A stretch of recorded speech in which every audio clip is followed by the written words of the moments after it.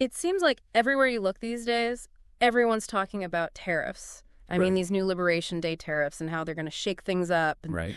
the big AI companies are right in the middle of it all, it seems like. Sure. But I always think it's interesting, and everyone's focused on those big players. Sometimes the most exciting stuff is happening just out of sight. Oh, absolutely. You get those hidden gems, the companies quietly making moves. Exactly. And that's what we're digging into today. Yeah. This piece from The Motley Fool, it really highlights that idea Yeah. that there are these under-the-radar AI companies that could actually do really well in this kind of environment. Not just survive, but really thrive. It's a fascinating angle. So today, we're on a mission. Okay, love it. We're diving deep into 3 specific AI stocks that this article suggests could actually outperform the market, become those market beaters. All right, I'm ready. We're talking Innodata, Ambarella, and Symbotic. And we're going to break down what each company does, why they might have this kind of potential. Without getting lost in the weeds. Yeah, exactly. We want to give you the core story, the insights you need. Think of it as a shortcut. Yeah, exactly. To really understand these companies and where they fit in this whole AI landscape that's constantly changing. Love that. Okay, let's kick things off with Innodata. Ticker symbol INA. Okay. Now, this isn't some brand new AI startup. No, not at all. In fact, the article mentions they've been around since 1993, starting as an analytics software company. They've had a pretty interesting journey. Yeah, it's almost like a quiet evolution, A transformation, really. You're right. They flew under the radar for years as a traditional tech company. Right. But then in 2018, they made a huge shift, a real strategic pivot. Okay, tell me more about that. They decided to focus on something called AI data preparation microservices. AI data preparation microservices. Okay, I think we need to break that down a little bit. Of course, of course. So imagine you're building a really advanced AI, like a brilliant student. Okay. But even the smartest student needs the right textbooks, Yeah. right? Yeah, that makes sense. And that's where this data preparation comes in. The article talks about how a huge chunk of the work in any AI project, Like, how much are we talking? often around 80% of the time and resources, Wow. Okay. is spent just getting the data ready for the AI. Right. Cleaning it, organizing it, labeling it. Innodata, that's what they specialize in. So they're kind of like the behind-the-scenes heroes, making sure all the data is in tip-top shape. They're the data wranglers. It's not glamorous, but it's absolutely essential. It's the foundation for all the cool AI stuff everyone gets excited about. I like that. The meticulous librarians of the AI world. Perfect analogy. And you know what? They're not just working with any companies. They're working with some of the biggest names in tech. Oh, yeah. Like who? The article mentions 5 of the Magnificent 7. We're talking Microsoft, Amazon, the heavy hitters. That's a pretty strong endorsement right there. It speaks volumes about how crucial their services are. And it seems like that's reflected in their financials. The article mentioned a 96% surge in revenue and a 239% jump in adjusted EBITDA in 2024. It's a direct result of those AI data preparation contracts. I mean, it shows how important their role is becoming in this AI race. It's like everyone's trying to build the best AI. Right. But Innodata's got the keys to the library, so to speak. They're holding the essential ingredient, clean, usable data. But the article also mentions some potential headwinds. Yeah, there's always a but, It right? talked about economic uncertainty, things like that. The concern is that if the economy slows down, some of those big clients, those Magnificent 7, might cut back on AI spending. And that would trickle down to Innodata. Exactly. When everyone's a bit nervous about the future, they tend to tighten their belts. Makes sense. But overall, the outlook for Innodata seems pretty positive. Oh yeah, the article points out that the need for this well-prepared AI data, that's not going away anytime soon. All right, it's only going to become more important. Analysts are projecting a 31% compound annual growth rate for revenue and a 29% rate for adjusted EBITDA from 2024 to 2026. So they're expecting continued growth, even with those potential short-term bumps in the road. Absolutely. And what's interesting is their current valuation. The article mentions an enterprise value of $938 million. Okay. And it says Innodata is trading at 23 times this year's adjusted EBITDA. So given all this growth potential, does that seem like a fair price?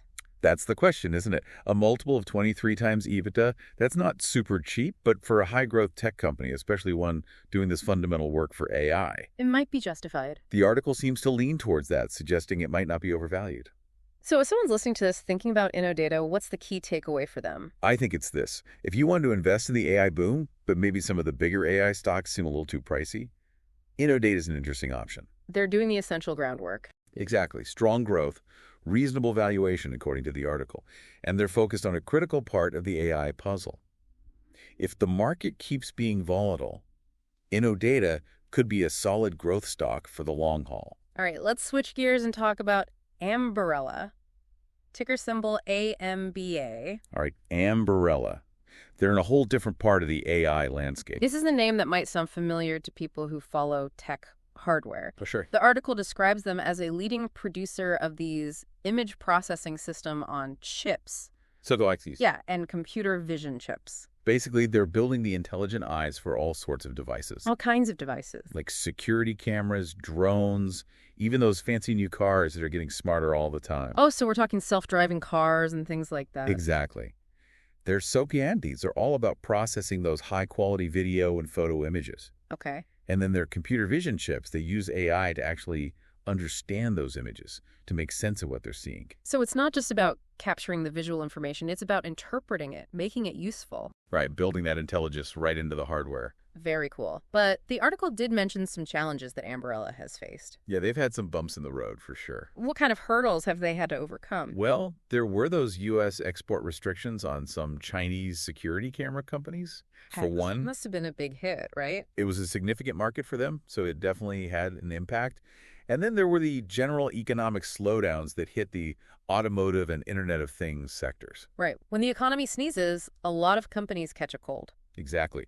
Plus, can't forget the competition in the chip market. Yeah. It's fierce. Yeah, that's a tough industry. For sure. But it seems like Ambarella's starting to turn things around. The article mentioned a 26% revenue increase in their fiscal year 2025. And their adjusted net loss is shrinking. So what's driving this comeback? Well, for one, the automotive and IoT markets have stabilized a bit, so that's helped. Okay. But the real star of the show seems to be their CV5 computer vision chips. These are their AI-powered chips. And they're in high demand. Huge demand. They're going into everything from self-driving cars and those advanced robotic cameras to the newest consumer electronics. So they've found a way to really ride that AI wave in the hardware world. Exactly. And it's a smart move, diversifying their business, not being so reliant on that one market, the Chinese security camera market. And what about their future growth? What's the outlook there? Analysts are predicting an 18% revenue compound annual growth rate from fiscal 2025 to fiscal 2028. Okay, so continued growth. Yes, and they expect Ambarella to keep reducing those net losses too. That's good news. And their valuation. The article gives us an enterprise value of $1.6 billion Okay. and says they're trading at 4 times this year's sales. For a semiconductor company, is that high, low? What do you think? A price-to-sales ratio of 4? It's actually pretty reasonable for a semiconductor company, especially one with this kind of growth potential. So it suggests the market's recognizing their potential, but it's not getting ahead of itself. Exactly. It could be a good entry point if you believe in their long-term prospects. Now, with all the talk about tariffs, I found it interesting that the article mentioned semiconductor companies might be exempt from the latest ones. Oh yeah, that's a key detail. If that exemption holds, it's a big plus for Ambarella. It takes some of the pressure off. Definitely. They might still see some ups and downs because of the overall economy, but those tariffs themselves shouldn't hurt their ability to sell their chips. That provides some stability in a world that feels anything but stable right now. For sure. So what's the main takeaway here for someone listening trying to understand Ambarella? I think it's this. This is a company that's overcome some real challenges, and now they're in a prime position to benefit from AI's growing role in all kinds of hardware. Their financials are improving. They have a reasonable valuation. And they're potentially shielded from these tariff troubles. If you're interested in the hardware side of the AI revolution, Ambarella is definitely worth a closer look. Okay, let's move on to our final under-the-radar AI company from the article. Symbotic. Ticker symbol SYM. Right, Symbotic. They're tackling a really specific application of AI. Yeah, this is all about warehouse automation. They build these fully autonomous warehouse robots, and all the software that goes with them. It sounds very futuristic. It is, and their big selling point is cost savings. Oh, how so? They claim that a $50 million investment in their system can save a company $250 million over 25 years. Wow, that's a huge difference. All right, it's a very strong argument for their technology. And they have a major partnership with Walmart, right? That's right. Walmart's their biggest investor and their largest customer. Wow, that's quite a connection. Yeah, and Walmart has a long-term deal with them to automate all 42 of their U.S. regional distribution centers by 2034. So that's a massive project, a long-term commitment. It really shows how much Walmart believes in Symbotic's technology. And the scale of that partnership is pretty striking. Oh yeah, the article mentions that this deal with Walmart made up 87% of Symbotic's total revenue in their fiscal year 2024. That's a huge chunk. It's definitely something to be aware of as an investor. That level of reliance on one customer can be risky. What if something happens with Walmart or they change their strategy? Right, it's a valid concern. But the article does make an interesting point. This deep relationship with Walmart could actually help protect Symbotic from tariffs. Because of Walmart's size and influence. Exactly. Plus, Walmart's adoption of this technology could be a huge signal to other retailers. Like a proof of concept. Exactly. If Walmart's doing it on such a large scale, it might encourage other companies to invest in similar automation. Makes sense. They might see it as less risky if Walmart's leading the way. And, everyone's looking to cut costs these days, so the appeal is there. So how has Symbotic been doing financially? They've had some impressive results. The article highlights a 55% increase in revenue in fiscal year 2024. Wow, that's strong. And even more importantly, their adjusted EBITDA turned positive. They're becoming profitable. So they're not just growing, they're growing sustainably. That's the key. And analysts are expecting more of the same, projecting a 25% revenue compound annual growth rate. Okay, still strong. And a massive 76% adjusted EBITDA CAGR from fiscal 2024 to fiscal 2027. Those are huge numbers. They're betting on big growth for Symbotic. Now let's talk valuation. The article says Symbotic has an enterprise value of $891 million. Okay. And that it's trading at just 0.4 times this year's sales. That seems really low, especially with those growth projections. It does, doesn't it? A price-to-sales ratio below 1 often suggests the company might be undervalued. So is the market missing something? It's possible.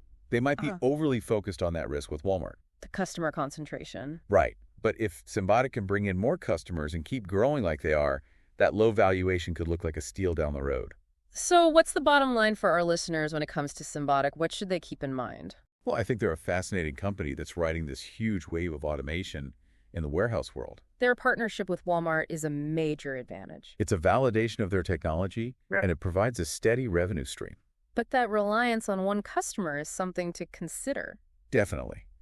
But with those attractive valuation metrics and the potential for broader adoption, Symbotic could be a real high-growth opportunity in the AI space.